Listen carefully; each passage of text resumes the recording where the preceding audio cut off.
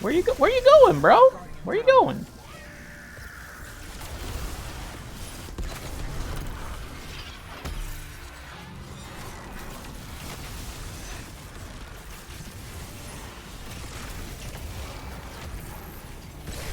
This build does not care.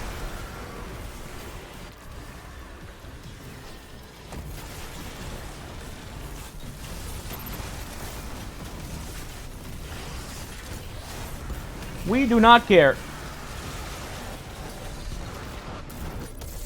Another super. We don't care. I think I'm going to call this build Clap Thy Cheeks. With lightning, of course. Yeah, with lightning. Hope everybody's okay with that, because I already made up my mind.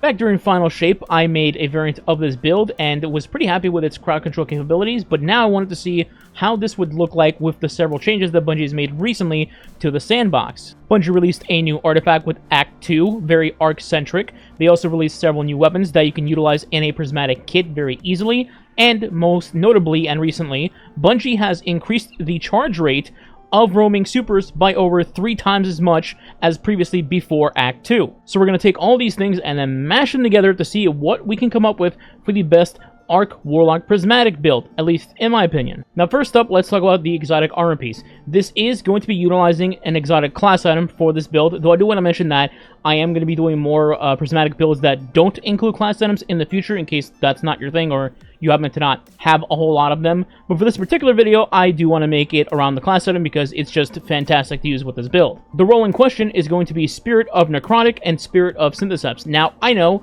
people are going to say there's other perk variants out there that are better. You know, you have Inmost Light, you have Spirit of Assassin for going Invis, and that's totally fine. Personal preference, up to you. I do have those other class items in my inventory as well, which I expect to try out in the future, but in the meantime, I really like this version, so that's why I'm talking about it. The entire point of the build is going to be to spread Jolt, Blind, and DOT as much as possible across all waves. This is very much a crowd control build and not a, you know, boss DPS build, if you will. With that in mind, the super that I'm going to be using, of course, is going to be Storm Trance, as it's clearly the crowd control super on Prismatic for Warlocks. You could use another super if you'd like. It's not a deal breaker or anything.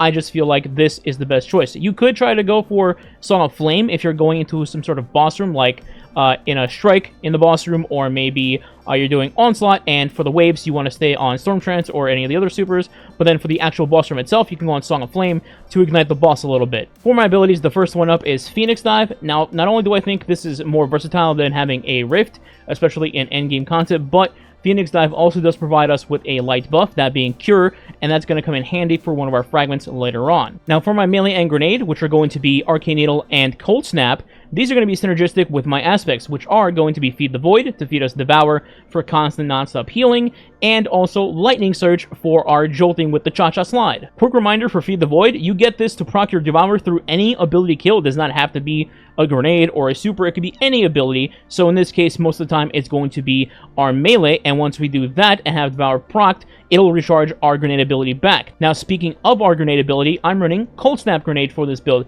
specifically because it freezes multiple enemies and crowds, but also because it gives us Darkness Energy, and of the two to build up, Darkness Energy is the slower one of the two. The Light Energy is pretty quick and instant, as you'll see in the footage. The Light Energy is so quick, in fact, that sometimes I will get off just one single Lightning Surge and be instantly full on my light meters, so the Dark Energy is definitely a little bit more something to worry about, but that's not to say it'll charge up slowly, because yeah, let me tell you, Priz and Super every 20 seconds goes pretty hard with this build. The fragment lineup for this build is going to be 5 fragments, all going from left to right, the first being Facet of Dawn. Now this here is specifically just to make us radiant in the event that we need it for a situation like having a barrier champion up with its shield that I can crack very easily. If you're not doing content where there are barrier champions up, then you could, technically speaking, replace this with something else, but it is always handy to give yourself Radiant on demand, just for the fact that it increases the damage of your weapons for whenever you do need them, or the, like I mentioned,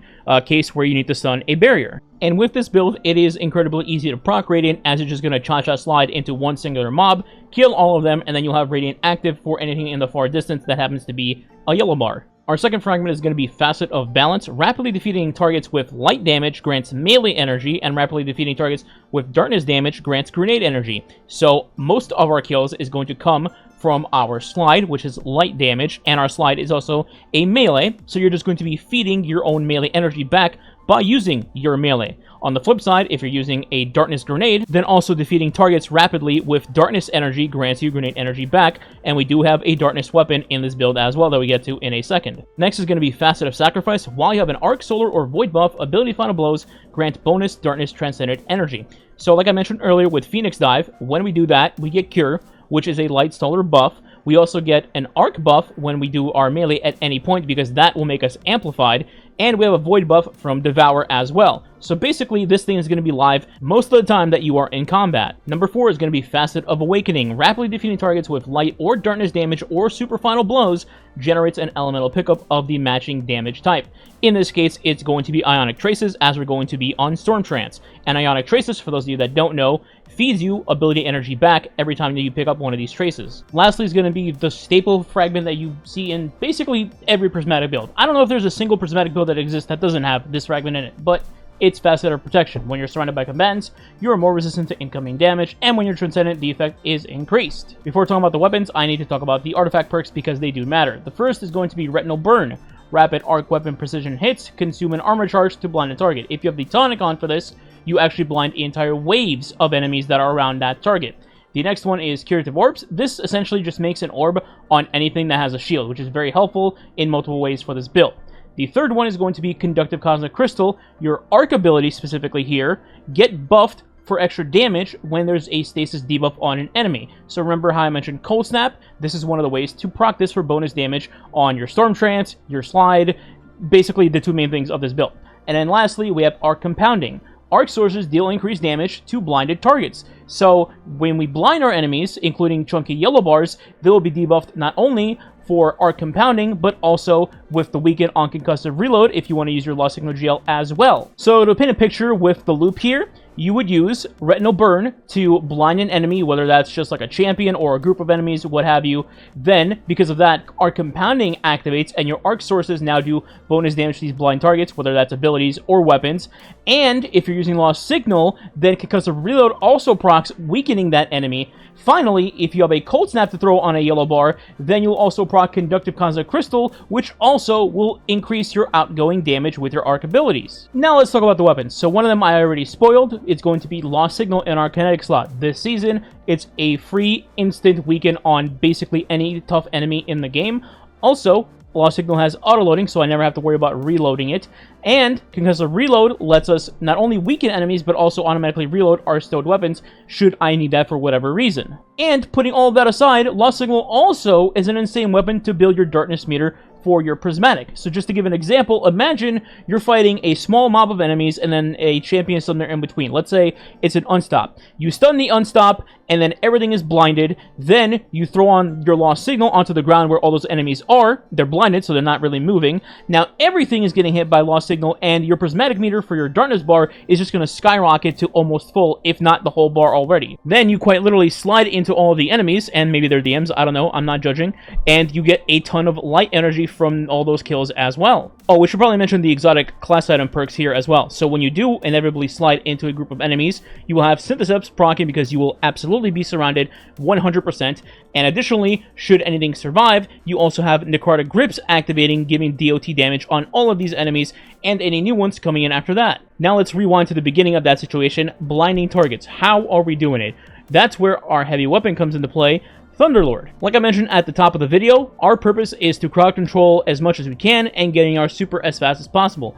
Thunderlord does both of these things. With the buff to roaming supers and how fast you're going to be getting them now thanks to that X3 increase, Thunderlord is a great candidate to just shoot one singular yellow bar enemy and get at least half your super just off of that alone. That's not the only thing it's doing though. On top of also making orbs, if it was a shielded enemy, it also will blind that target and then blind everything around it thanks to the Retinal Burn combo that I mentioned earlier. Also, Thunderlord stuns Overload Champions, so if the target was an Overload, on top of blinding the whole crowd, you also stun the Overload Champion and make it a free kill once you go in for your slide. And just to knock out the trifecta, I mentioned unstops and overloads.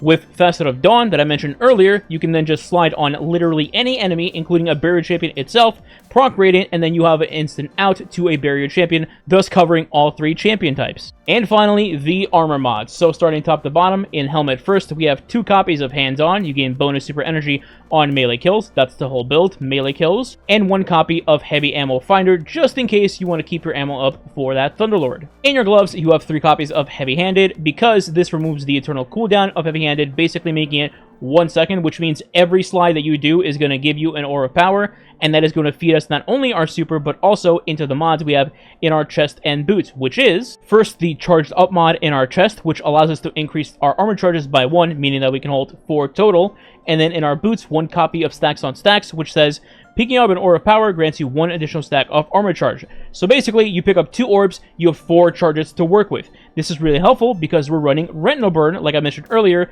and this will consume an armor charge, but you'll still have plenty more to go, even after you consume that 1. Other mods we have in our boots are 1 copy of Invigoration to reduce the melee cooldown each time we pick up an orb, and then Recuperation to replenish health each time that we pick up an orb, just to help out Devour a little bit. And lastly, in our class item, we have 1 copy of Outrage to reduce the melee cooldown, 1 copy of Bomber to reduce the grenade cooldown, and then Distribution, reduce all ability cooldowns, all when you use your class ability near targets. Although Outrage and Bomber don't need to be near targets, just to be clear. Before wrapping up, I do want to also give a shout out to another energy weapon in the event that you don't want to run Thunderlord, that being VS Pyroelectric Propellant from the Vesper's Host Dungeon. It comes with jolting feedback on it, and then when you're amplified, it has a faster charge for that jolting feedback. Also, the Origin trait lets you recharge your abilities a little bit at a time as well, so it's a good replacement if you want to run a different heavy for like DPS options. And if you don't have that, there's also Vantage Point, the Arc Pulse Rifle from Salvation's Onslaught, which also can roll jolting feedback and also be a replacement for an unstop stun. Anyway, that's the build. I will leave a dim link for the build down below in the description if you want to try it out for yourself. But also let me know if you want to see more builds in the future with just exotic armor and not necessarily the exotic class items, just for diversity's sake. If you did enjoy the video or the build, please consider subscribing today. It does help the channel grow and is much appreciated. And if you want to go the extra mile, you can leave a like and or comment below as well. If you don't know what to leave as the comment, you can leave Storm Trance as the comment. Thanks for watching. Catch you next time.